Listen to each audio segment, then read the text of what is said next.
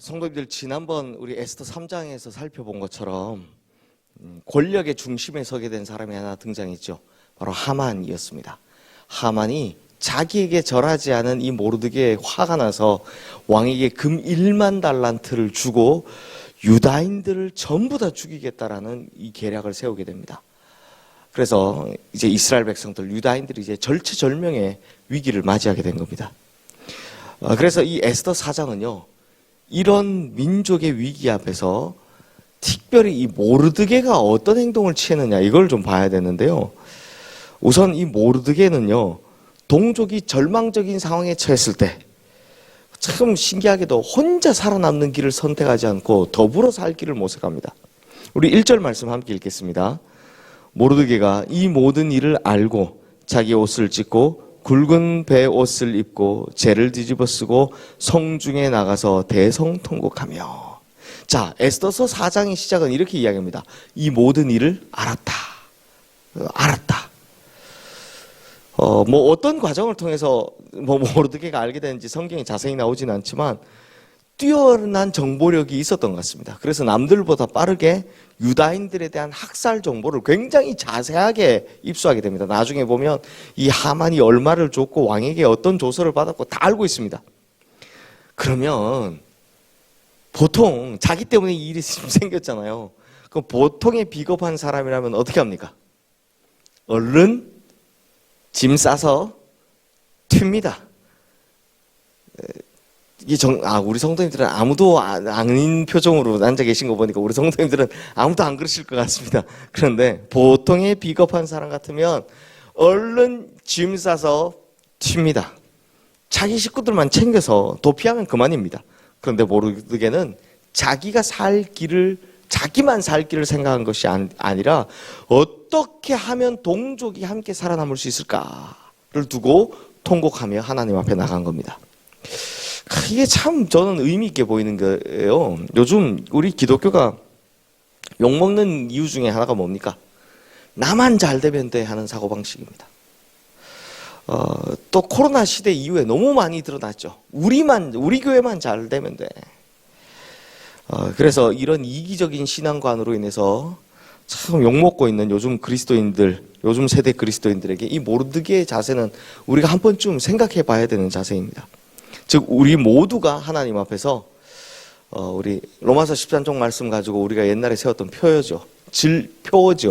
즐겁게 하는 자들과 함께 즐거워하고 우는 자들과 함께 우는 그런 좀 신앙을 회복해야 될 줄로 믿습니다. 자, 그런 의미에서 오늘은 이 모르드게가 우리에게 보여주는 정말 모범적인 신앙 두 가지의 모습을 한번 살펴볼까 합니다.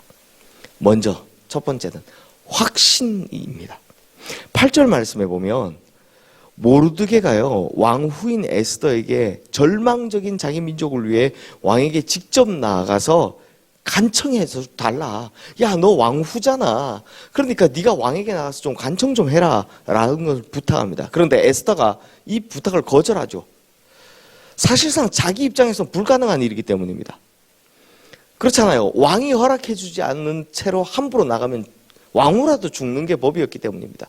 그런데 왕이 부르지 않은 지가 이미 30일이 되었다는 거죠. 그러자 모르드게가 자기 딸처럼 길렀던 이 에스더를 추상같이 꾸짖습니다. 그때 하는 말이 뭐냐? 13절 14절 말씀 우리 함께 읽겠습니다. 모르드게가 그를 시켜 에스더에게 회답하되 너는 왕궁에 있으니 모든 유다인 중에 홀로 목숨을 건지리라 생각하지 말라. 이때 내가 만일 잠잠하여 말이 없으면 유다인은 다른 데로 말미암아 노임과 구원을 얻으려니와 너와 내 아버지 집은 멸망하리라. 내가 왕후의 자리를 얻은 것이 이때를 위함이 아닌지 누가 알겠느냐 하니. 자, 성도님들, 모르드게가 이 에스더를 향해서 꾸짖는 내용의 핵심이 뭡니까? 왕후인 네가 안 나서면 우리 다 죽으니까 제발 우리 좀 살려달라 라는 청유의 내용이 아닙니다. 보십시오. 왕후인 네가 나서지 않더라도 하나님께서는 다른 누구를 통해서라도 반드시 우리를 구원할 거다, 이렇게 이야기합니다. 굉장한 믿음이죠. 확신입니다. 하나님은 우리를 구원할 거다. 네가 나서지 않더라도. 하지만 네가 비겁하게 이 일에 나서지 않는다면 바로 네가 망하게 될 거야. 내가 망하게 될 거야. 라는 확신에 찬 꾸짖음을 하고 있는 겁니다. 성도님들, 여기에서 모르드게의 확신이 확실하게 보입니다. 뭐가 보입니까? 바로 하나님께서 반드시 우리를 구원하실 것이다 라는 확신이 보이는 겁니다. 이 상황에도.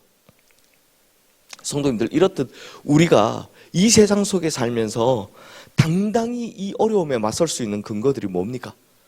우리가 찾아오는 우리의 고난에 맞설 수 있는 근거가 뭡니까? 바로 이 확신입니다. 이걸 믿음이라고 하죠. 하나님께서 반드시 나를 구원해 주실 것이다 라는 이 확신인 겁니다. 로마서 8장 38절 39절 말씀에 보면 이런 말씀이 나옵니다. 내가 확신하노니, 그 다음 이런 말이 나오죠. 사망이나 생명이나 천사들이나 권세자들이나 현재일이나 장래일이나 능력이나 높음이나 깊음이나 다른 어떤 피조물이라도 우리를 우리 주 그리스도 예수 안에 있는 하나님의 사랑에서 끊을 수 없으리라. 우리에게도 이 확신이 필요합니다. 이 사도 바울이 했던 이 확신이 필요합니다. 어떤 형편에 있더라도 나는 망하지 않는다. 나는 망할 수 없다. 왜냐하면 나를 향한 하나님의 사랑은 끊을 수 없는 사랑이기 때문이다 라는 이 확신이 우리에게도 있어야 하는 겁니다. 그래야 우리가 이 당당한 세상 속에서 이 어려움을 헤쳐나갈 수 있다는 겁니다. 그리고 모르드게가 보여주는 모범적 신학 두 번째, 바로 사명입니다. 14절 말씀 우리 다시 한번 읽어보겠습니다. 이때 내가 만일 잠잠하여 말이 없으면 유다인은 다른 데로 말미암아 노임과 구원을 얻으려니와 너와 내 아버지 집은 멸망하리라. 내가 왕후의 자리를 얻은 것이 이때를 위함이 아닌지 누가 알겠느냐 하니. 저는 이 4장 14절이 참, 저는 이 에스더서의 아주 핵심이라고 생각하는데요.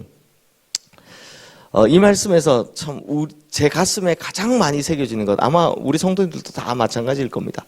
딱 그 한마디를 뽑으라면 이때를 위함이 아닌지 누가 알겠느냐 하는 겁니다.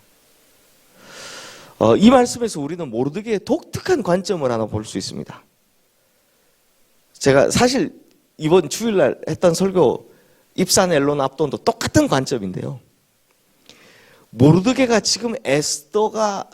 보기에는 지금 에스더가 왕후의 자리에 올라간 거, 이 자체를 결코 성공으로 보지 않는다라는 겁니다. 우리는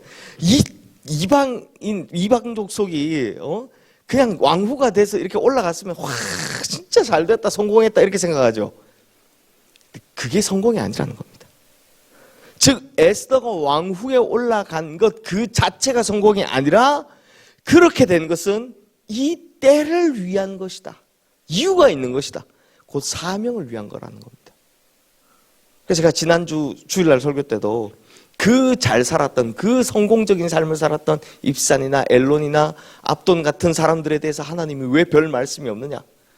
축복은 많이 받았는데 그걸 어떻게 썼는지가 제대로 안 나온다는 겁니다. 그게 더 중요한데, 하나님 앞에서 어떻게 그걸, 하나님을 위해서 어떻게, 이게 더 중요한데 그냥 받은 축복 가지고 잘 살았다, 그래서 내가 영적으로 별 할 말이 없다, 이 이야기지 않습니까? 마찬가지입니다. 이때를 위한 건 그냥 성공하기 위해서 하나님이 준 게 아니라 사명을 위해서 그걸 줬다라는 겁니다.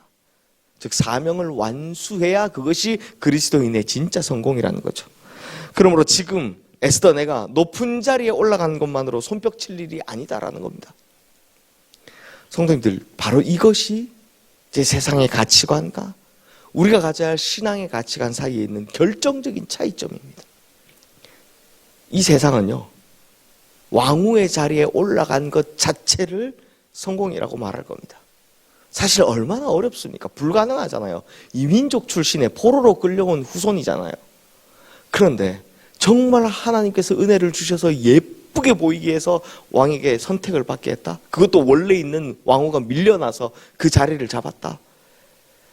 엄청난 성공이죠.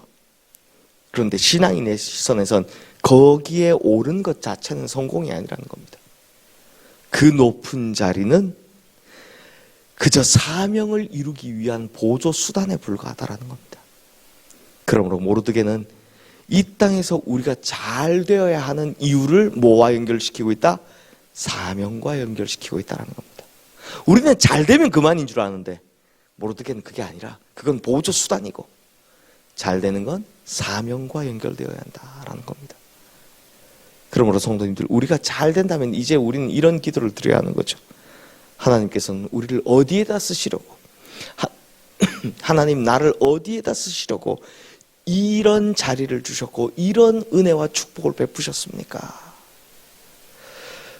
이제 하나님 뜻 잘 알게 되기를 분별하기를 원합니다.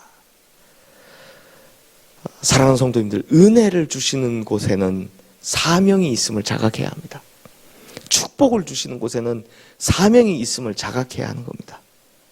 그냥 우리 배 두드리면서, 우리끼리 배 두드리면서 아유 나만 잘 되면 되지, 이런 이기적이고 다분히 세상적인 가치관에 젖어 있을 것이 아니라, 이 축복은 무엇을 위함입니까? 내가 받은 이 큰 은혜를 무엇을 위해 어디에 사용해야 합니까? 라고 끊임없이 하나님께 물어봐야 할 줄로 믿습니다. 사랑하는 성도님들, 절대 눈에 보이는 성공이 전부가 아닙니다. 믿음의 사람은 그것을 통해 반드시 그 다음 사명의 자리로 나가야 하는 겁니다.